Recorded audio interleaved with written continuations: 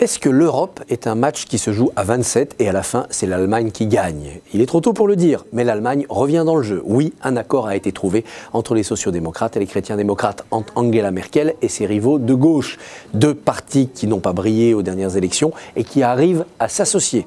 Est-ce l'aveugle et le paralytique ou est-ce au contraire les deux partis de gouvernement, les deux partis raisonnables contre les excès de la pensée libérale et surtout, évidemment, contre l'extrême droite?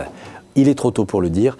Il faut attendre les ratifications des partis concernés, mais un chapitre nouveau commence à s'écrire en Allemagne. En Allemagne, donc en France, puisque cette décision est importante pour Emmanuel Macron. Une Allemagne sans tête, une Allemagne sans gouvernement, c'était forcément une Europe à l'arrêt. Maintenant, l'Europe va pouvoir repartir avec un agenda qui sera marqué par les projets et les idées d'Emmanuel Macron. D'autant plus que peut-être Angela Merkel a-t-elle été obligée de mettre dans la besace de cet accord avec les sociodémocrates son relatif effacement. Nous le verrons d'ici quelques semaines. Si l'Europe s'écrit avec une plume française trempée dans une encre française, cela va être très intéressant. Les libéraux, qui ont failli composer un gouvernement avec Angela Merkel, étaient farouchement opposés au projet d'Europe économique, sociale, budgétaire, monétaire signé Macron.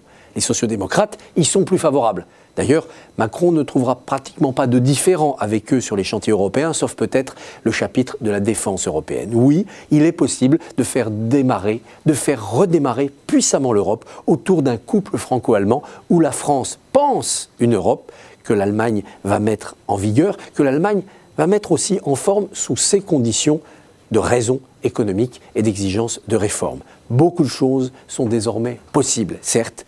Cela va peut-être créer une nouvelle cassure entre une Europe de l'Ouest, France, Allemagne, et puis les pays tels que l'Espagne, l'Italie, et puis une Europe de l'Est.